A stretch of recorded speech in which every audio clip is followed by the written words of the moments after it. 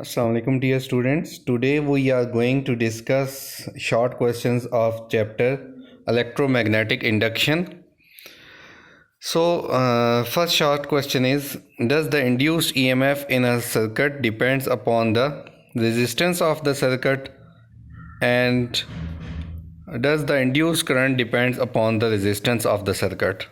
Means क्या induce EMF resistance पे depend करती है, सर्किट की रेजिस्टेंस पे, या इंड्यूस करंट जो है वो सर्किट की रेजिस्टेंस पे डिपेंड करता है। तो इसको हम डिस्कस करते हैं। अकॉर्डिंग टू फैराडेज लॉ आपने पढ़ा है कि इंड्यूस ईएमएफ जो है वो negative of rate of change of flux के प्रोपोर्शनल होती है। जैसे कि फार्मूले में दिखाया गया है, ये Faraday's law of electromagnetic induction का फार्मूला है कि इंड्यूस ईएमएफ जो होती है वो negative of rate of change of flux के प्रोपोर्शनल होती है, और इसमें रेजिस्टेंस का कोई किरदार नहीं है। अगर rate of change of flux ज़्यादा होगा तो ज़्यादा ईएमएफ इंड्यूस होगी, rate of change of flux कम होगा तो कम ईएमएफ इंड्यूस होगी, और अगर rate of change of flux zero होगा तो कोई ईएमएफ इंड्यूस नहीं होगी। तो यहाँ से क्लियर है कि इंड्यूस ईएमएफ जो है वो रेजिस्टेंस ऑफ सर्किट पे डिपेंड नहीं करती, क्योंकि इसके फार्मूला में कहीं रेजिस्टेंस अपीयर नहीं हो रही अकॉर्डिंग टू फैराडेज लॉ। अब क्या इंड्यूस करंट रेजिस्टेंस पे डिपेंड करता है? यस, इंड्यूस करंट रेजिस्टेंस पे डिपेंड करता है, क्योंकि इंड्यूस करंट निकाला जाता है ओहम्स लॉ से, और Ohm's law I is equal to V over R है, और वी की जगह हम इंड्यूस ईएमएफ ई यूज़ करेंगे, तो I is equal to E over R. तो अगर रेजिस्टेंस ज़्यादा होगी तो सर्किट में करंट कम फ्लो करेगा, और रेजिस्टेंस अगर कम होगी तो सर्किट में करंट ज़्यादा फ्लो करेगा। तो in short words, induce EMF जो है वो रेजिस्टेंस पे डिपेंड नहीं करती, और इंड्यूस करंट जो है वो रेजिस्टेंस के इन्वर्सली प्रोपोर्शनल है, वो रेजिस्टेंस पे डिपेंड करता है। अब हम सेकंड क्वेश्चन को डिस्कस करते हैं। सेकंड क्वेश्चन है कि एक स्क्वायर लूप है जो कि मैग्नेटिक फील्ड में मूव कर रहा है, और मैग्नेटिक फील्ड यूनिफॉर्म है। इम्पोर्टेंट पॉइंट इसमें क्या है, the normal to the loop is directed parallel to the magnetic field, कि लूप का जो परपेंडिकुलर है, लूप के जो एरिया की डायरेक्शन है, वेक्टर एरिया है, वो मैग्नेटिक फील्ड के पैरेलल है। तो क्या इसमें लूप में कोई ईएमएफ इंड्यूस होगी या नहीं होगी? ठीक है, तो इसका आंसर दो तरीके से दिया हुआ है। एक तो इंड्यूस ईएमएफ जो है मोशनल ईएमएफ वाला फार्मूला यूज़ किया है, minus V B L sine theta. तो जब वी मूव कर जब चार्जेस मूव करेंगे parallel to the magnetic field, तो उनमें वी और बी पैरेलल होंगे, तो induce EMF minus V B L sine zero is equal to zero, कोई ईएमएफ इंड्यूस नहीं होगी। एक ये तरीका इसे एक्सप्लेन करने का कि अगर स्क्वायर लूप मूव कर रहा है parallel to the magnetic field, तो स्क्वायर लूप का वेक्टर एरिया होता है परपेंडिकुलर बाहर की तरफ। ठीक है, तो जब square loop parallel to the magnetic field move करेगा तो हम उसे ऐसे शो करेंगे।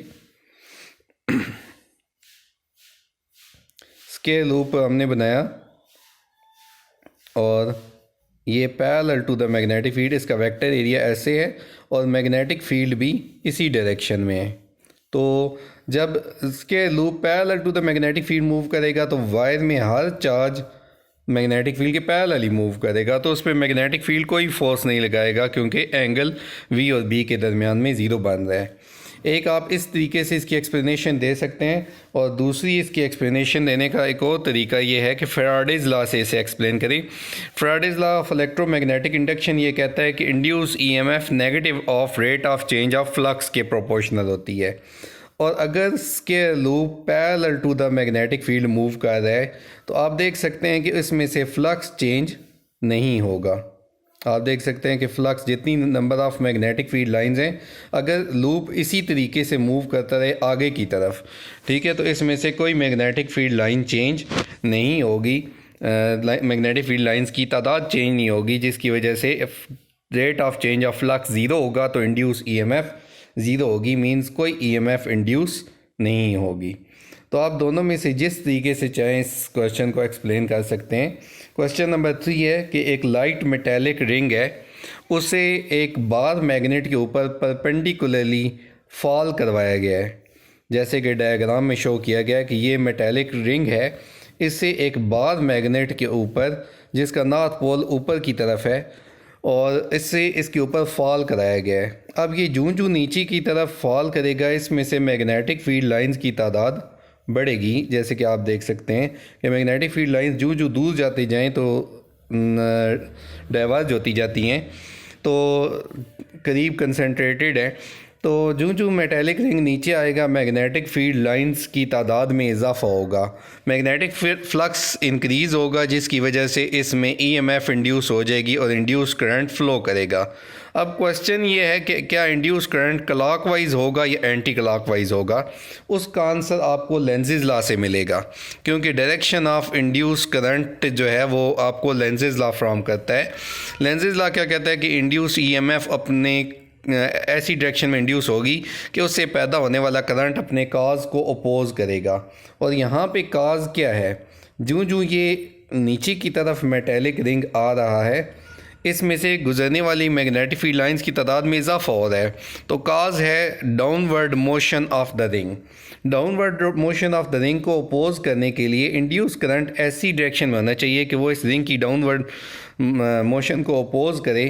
उस मकसद के लिए रिंग की नीचे वाली साइड जो है एज नॉर्थ पोल एक्ट करनी चाहिए।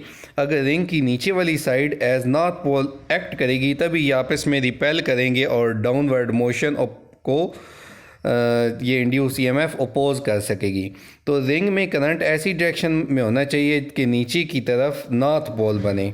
तो आप राइट हैंड रूल का इस्तेमाल करें, अपना थंब जो है वो इस नॉर्थ पोल की डायरेक्शन में रखें, मींस डाउनवर्ड रखें अपना थंब, ठीक है। और फिंगर्स को कर्ल करें in the direction of current, जिस डायरेक्शन में वो सिंपली मूव कर सकती हैं। तो आप देखेंगे कि फिंगर्स जो है वो क्लॉकवाइज आपकी रोटेट करेंगी। तो जब हम ऊपर की तरफ से देखें तो क्लॉकवाइज करंट फ्लो कर रहा होगा रिंग में as seen from the above, और यही इसका आंसर है। नेक्स्ट क्वेश्चन हम डिस्कस करते हैं, क्वेश्चन नंबर 4।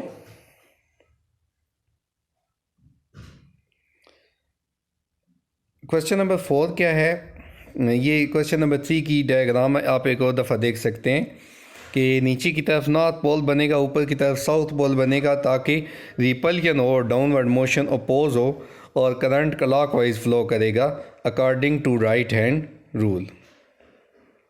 क्वेश्चन नंबर 4 है कि एक सर्किट आपको दिखाया गया है। बेसिकली ये म्यूचुअल इंडक्शन है कि दो कॉइल्स हैं, एक प्राइमरी कॉइल है और एक सेकेंडरी कॉइल है।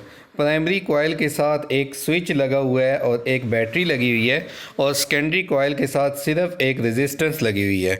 अब जब स्विच को हम क्लोज़ करते हैं तो इसमें करंट प्राइमरी कॉइल में 0 से बढ़कर मैक्सिमम हो जाएगा, ठीक है।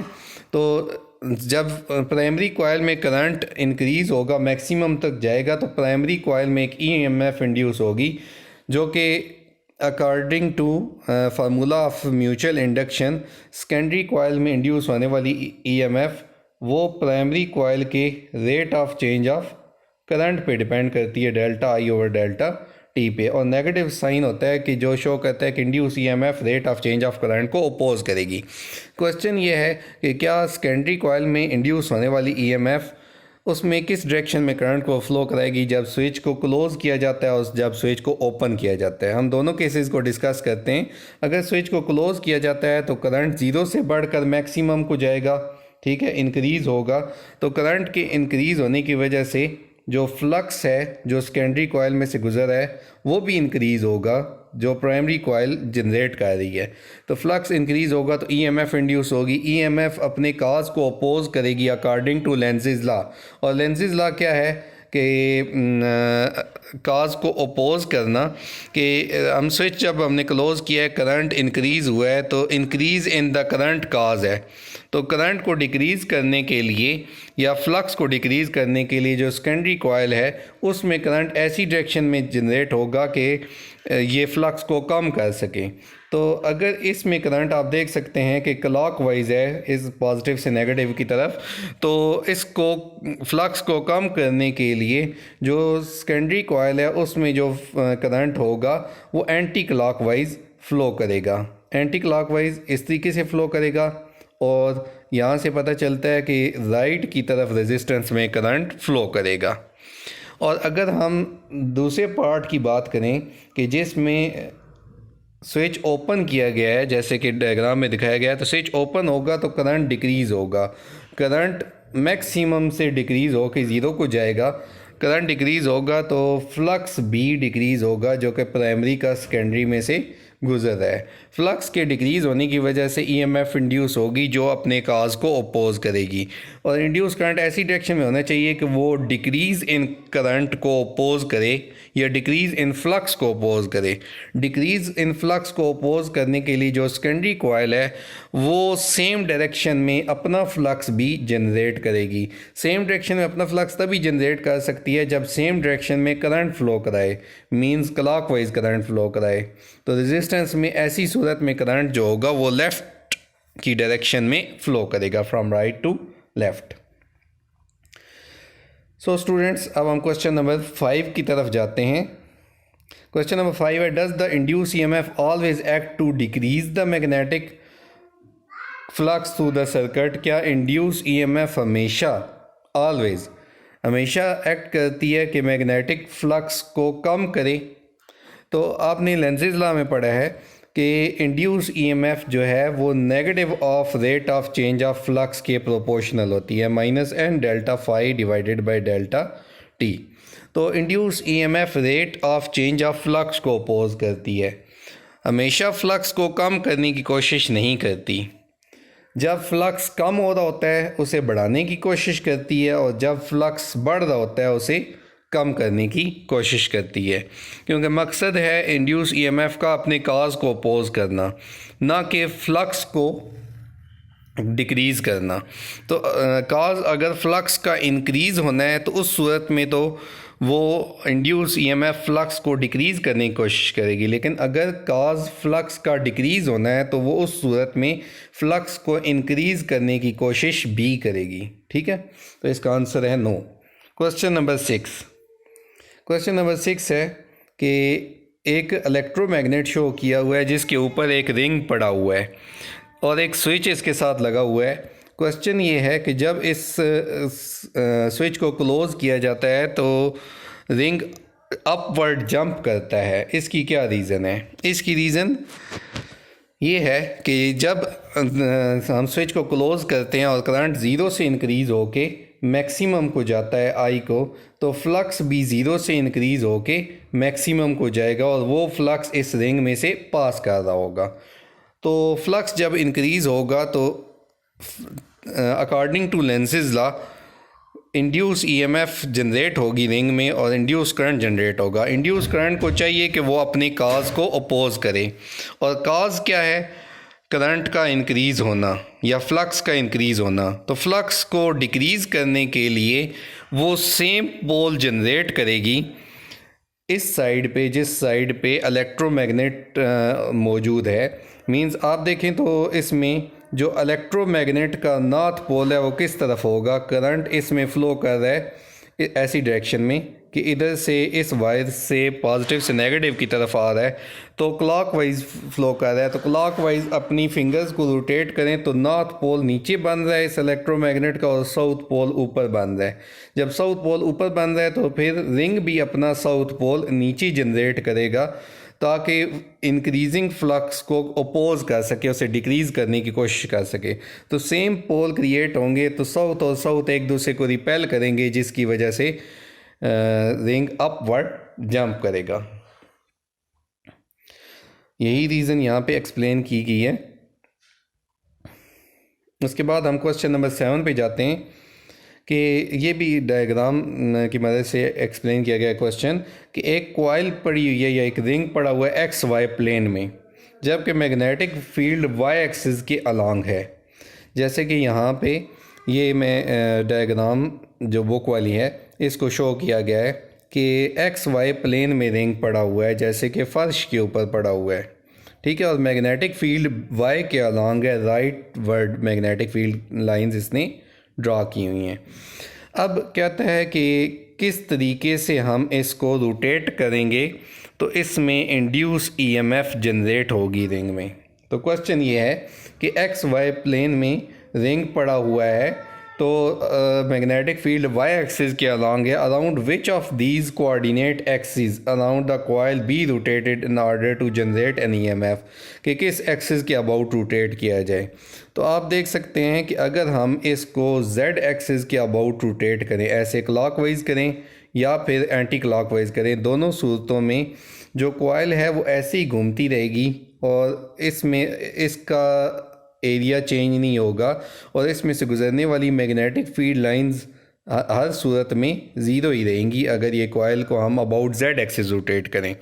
अगर हम इसको अबाउट एक्स एक्सिस रोटेट करें तो फिर क्या होगा, फिर आप देख सकते हैं कि एक्स एक्सिस के अबाउट अगर मैं रोटेट करूं तो एक सिचुएशन ये है जो डायग्राम में शो की हुई है, और एक सिचुएशन इसकी ये है कि ये हमारा एक्स एक्सिस हो गया और ये वाई एक्सिस है। इस कॉइल को अगर हम एक्स के अबाउट रोटेट करें तो फिर जब ये परपेंडिकुलर होगी तो ये ऐसी हो जाएगी, और जब किसी और एंगल पे हो जाएगी तो ऐसी इस तरीके से ये रोटेट करती रहेगी। तो इसमें से गुजरने वाली मैग्नेटिक फील्ड लाइंस चेंज होंगी, तो इंड्यूस ईएमएफ इस डायरेक्शन में जनरेट होगी जब हम इस कॉइल को एक्स एक्सिस के अबाउट रोटेट कराएंगे। लेकिन अगर हम वाई एक्सिस के अबाउट रोटेट कराएं फिर भी कोई ईएमएफ जनरेट नहीं होगी। आप इसको देख सकते हैं कि उस सूरत में एक ये बन जाएगी कॉइल की शेप, ठीक है, ये प्लेन ऑफ द कॉइल है, तो plane of the coil parallel होगी, और अगर इस तरीके से भी है इस तरीके से भी कॉइल पैरेलल होगी, ठीक है, प्लेन उसकी पैरेलल ही रहेगी मैग्नेटिक फील्ड के, जिसकी वजह से उसमें फ्लक्स चेंज नहीं होगा, तो ईएमएफ इंड्यूस नहीं होगा।